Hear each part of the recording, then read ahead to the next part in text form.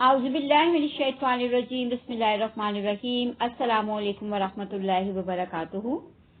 Today our topic is revision strategies and our focus is going to be memorizing numbers. This is part 3 of the series. The first question that I would like to ask you is that when do we need to memorize numbers? We need to memorize numbers when we are studying history, when we are studying science, or sometimes even when we are studying languages, we need to memorize numbers. These numbers can be related to elements, for example, years, date of birth, date of deaths or year of death, number of books written by an author, etc. So these are the different situations in which we need to memorize numbers. Tony Busan, who is the inventor of mind mapping, he's a psychologist, author of more than 50 books about intelligence, memory, speed reading, and learning, and he's an entertainer, advisor, and speaker. He invented this system for memorizing numbers, which I myself have used, and I found it very useful to memorize numbers.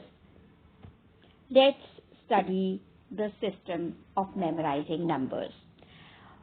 For this, you will have to memorize the associations that are given over here.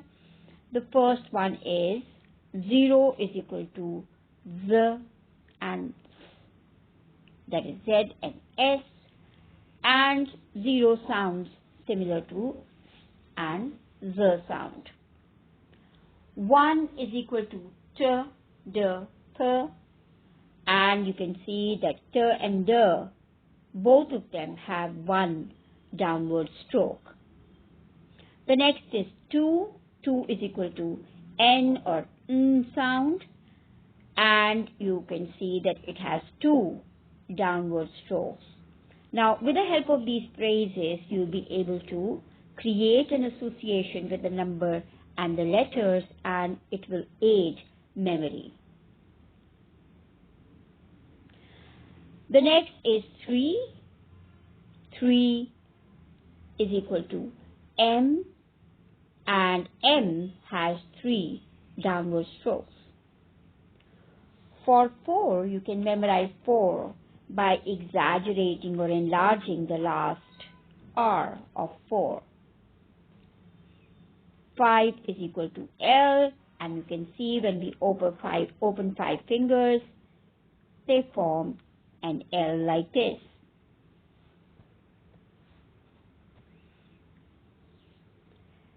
6 is G or G upside down. Again, you can form G and see that when you move it upside down, it would be something like this, which looks like 6. So 6 is G upside down, and the sounds are G and J. And why am I focusing on the sounds and not just the letters? Because later when we will form words, you can use the Urdu alternatives and you can form words in Urdu as well. So you have this freedom of using both languages. The next is 7. So 2 is equal to K, both the Ks, and they are formed by 2 sevens. K is formed by 2 sevens. You can see that this is 1 7 and the other 7 is like this. So 2 sevens form K.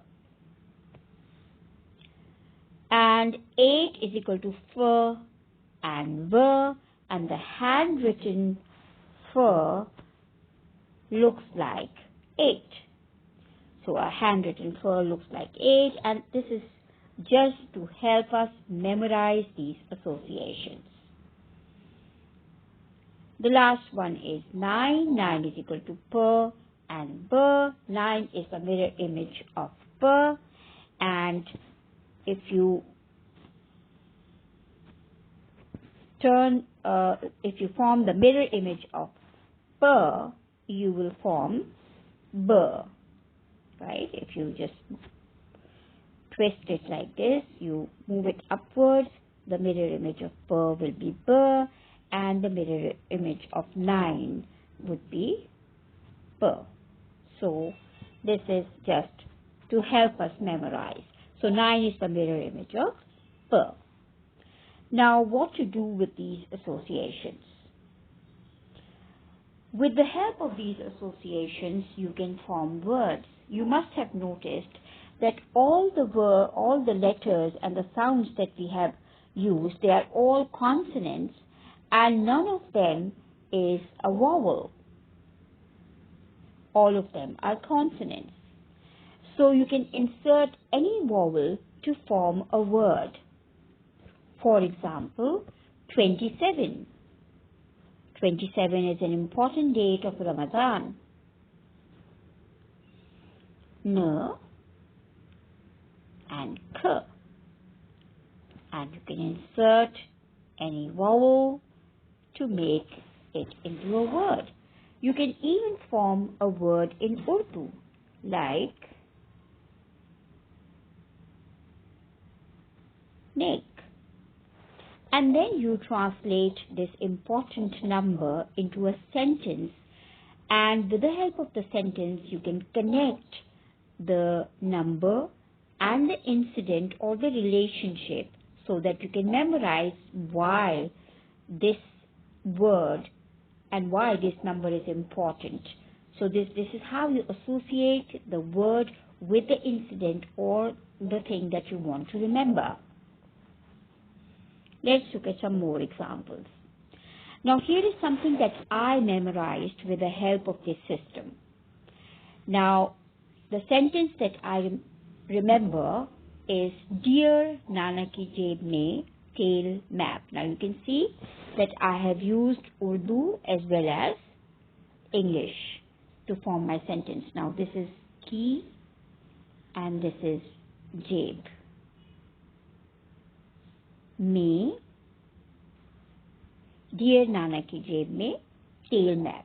Now my numbers are these. So Dear Jeb, so what is the number? D, as you know, is 1, and Dr is 4. In the middle there are E and A, which are vowels, and they have nothing to do with the number. Then I have J, which is 6, and B, which is 9. Then the next set of number, the words is tail map, and they will translate to T is 1, is 5, and M is 3, and P is 9. And Nanak, this is my hint for what these figures mean. So Guru Nanak was born in 1469 and he died in 1539. Associated with this, I also have a figure or picture in my mind.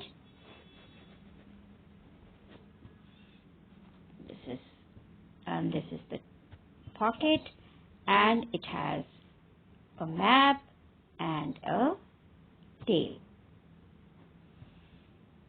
Right? So this is how you can make it absurd, make it funny, so that you are able to memorize it. So Guru Nanak was born in 1469 and he died in 1539. Now we have another thing that I memorized. Now this is the number. This is the number over here. And what is its importance? I'll tell you in a while. So the first word is door, and then it's beef. And you can see it is D and R, door, and B and F for beef. And the number is 1498. Now, what is the connection? Why is this number important?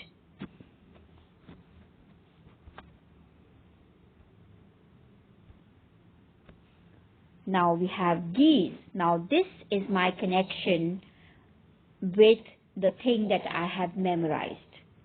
So door, beef, and geese. Geese has to do with Portuguese. So Vasco da Gama came from Portuguese. He was a Portuguese, and he came to India in 1498. Right, so this is how he came to Calicut. And in 1508, he conquered Go and A. Go, so Go and A, Goa, right? So with the help of this tail and how I've extended it and curved it, reminds me of Go and A. So the date is tail, ties. And again, I have this image in my mind of geese, so that I may remember that Portuguese conquered Goa in tail ties, that is 1510. You can see that it seems very complicated, but when you have created it and you have associated the number in some way with the event, you are able to recall it whenever you require to recall it. There's another system that Tony Busan has given in his book, and for numbers that are within 10. So you can associate each number within 10 with a word, like 1 candle, 2 swan, 3 butterfly, 4 sailboat, 5 hook, 6 golf club, 7 cliff, 8 hourglass, 9 tennis racket, 10 fork and plate or bat or ball. So you can associate each number with a figure, with a diagram, with a picture, and that is how you can memorize numbers. Just see how. There are 3 bones in the human ear, and you need to remember this, that there are 3 bones and not 4 or 5. So what you can imagine, just think of a butterfly dangling from your earlobe as a new fashion accessory, and you can see that number 3 is associated with butterfly, and you can have an interesting image associated with it so that you can easily recall it. For both of these systems, for the peg system, you can see that the numbers are already associated with images, and that helps you to remember numbers which are within 10. And for other numbers, you can devise your own words using the system from 1 till 100, and then use that the same list of words for memorizing different things. This is a very smart and efficient system, and I have used it myself, and I've shown you some examples that I have devised, and I have been able to remember and recall these dates without any problem anytime, whenever I want to recall them. So, bon voyage. I hope that you have understood the system and you will be able to use it yourself. Now it's your turn. Think of some important dates, years, and numbers, convert them in words, and form interesting sentences and images to help you memorize them. That's all for today. Jazakallah. Allah Hafiz. See you next time.